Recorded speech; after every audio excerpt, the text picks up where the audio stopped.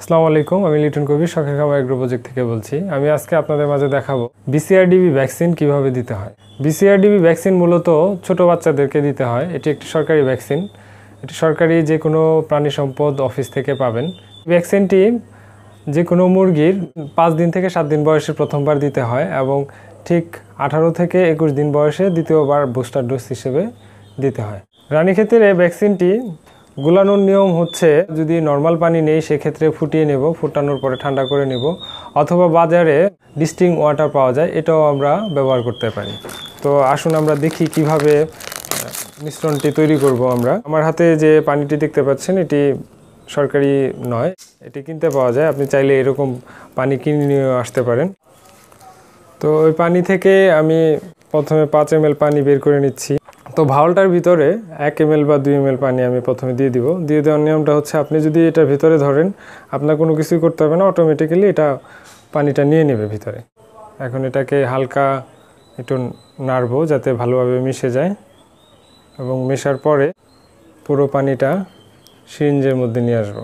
তো এখন আমরা এটাকে খুব সহজে যদি ব্যবহার করতে চাই সেক্ষেত্রে যে কোনো একটা ড্রপারে ভরে নিতে পারি, যাতে আমাদের প্রত্যেকটা বাচ্চাকে 1 ফোঁটা করে দিতে সুবিধা হয়। আর যদি এই ধরনের পানি কিনে নিয়ে আসেন সেক্ষেত্রে এটাই ড্রপার হিসেবে ব্যবহার হয়। এটা এভাবে খুলে নেবেন এবং খোলার পরে এটা প্লাস্টিকটা সরিয়ে নেবেন। আমরা বাকি পানিটুকু ফেলে দেবো, কারণ একটি ভাওলের জন্য 5 ml পানির প্রয়োজন হবে, কারণ আমরা এই ভাওলটি শুধুমাত্র 100 বাচ্চার জন্য ব্যবহার করতে পারবো, আর 100 বাচ্চার জন্য 5 ml পানি যথেষ্ট। তো পানিটা আমরা এভাবে এটার ভিতরে ভরে নিতে পারি। তো 5 ml পানি আমি এটার মধ্যে নিয়ে নিলাম, এবং এই ধরনের একটা মুখা দেওয়া থাকে, এটা এখানে বসাই দিলেই এটা ড্রপার হিসাবে কাজ করবে। এখন আমি এটা ড্রপার হিসাবে ব্যবহার করতে পারবো। আর যারা এই ধরনের পানি না কিনে নিয়ে আসবেন, বাসায় পানি ফুটিয়ে ঠান্ডা করে নেবেন এবং সেখান থেকে 5 ml পানি নিয়ে এভাবে গুলাবেন। আমাদের সবার বাসাতেই সচরাচর পুরাতন কোনো ড্রপার বা চোখের যে কোনো ড্রপার থাকে। তো আমরা সেটা যদি ব্যবহার করি, সেটা প্রথমে গরম পানিতে ভালোভাবে ফুটিয়ে জীবাণুমুক্ত করে নেব, এবং তারপর এই 5 ml পানি সেটার ভিতর দিয়ে তারপর আমরা সেটা ড্রপার হিসাবে ব্যবহার করব। ভ্যাকসিন গুলার পরে আরেকটি বিশেষ বিষয় আমাদের যেটা মনে রাখা উচিত, ভ্যাকসিনটি যেহেতু খুব দ্রুত ব্যবহার করতে হয় এবং ঠান্ডা পরিবেশে রাখতে হয়, আমাদের হাতের তালু অনেক গরম থাকে। অনেক সময় দেখা যায় যে ব্যবহার করার সময় হাতের তালুর গরমে ভিতরের লাইভ ভ্যাকসিন যেহেতু মারা যায়। তো আমরা যাতে বোতলটি ঠান্ডা থাকে এবং খুব ঠান্ডা রাখা অবস্থায় ব্যবহার করতে পারি, সেক্ষেত্রে এরকম টিস্যু নিয়ে টিস্যুটি ভিজিয়ে এভাবে ধরতে পারি, যাতে আমাদের হাতের তালুর গরমে ভ্যাকসিনটির কোনো ধরনের ক্ষতি না হয়। তো ঠিক এইভাবে ধরবেন, ধরার পরে চোখে এভাবে 1 ফোঁটা দিবেন। দেওয়ার পরে বাচ্চাটি ঢোক গিলবে। আমি আরেকটা বাচ্চা দেখাচ্ছি। এভাবে ধরবেন, ধরার পরে ঠিক চোখে এভাবে 1 ফোঁটা ঢালবেন। ঢালার পরে ওর ঠোঁটের নিচের অংশ একটা খেয়াল করবেন। যদি এভাবে ঠোঁটটা নাড়িয়ে ঢোক গিলে সেক্ষেত্রে বুঝতে হবে যে আপনার ভ্যাকসিনটি সম্পূর্ণ হয়েছে। আমি আরেকটি বাচ্চা দেখাচ্ছি আপনাকে। এটি একটি তিতিরের বাচ্চা। তিতিরের বাচ্চাকেও ভ্যাকসিন দিতে হয়। তো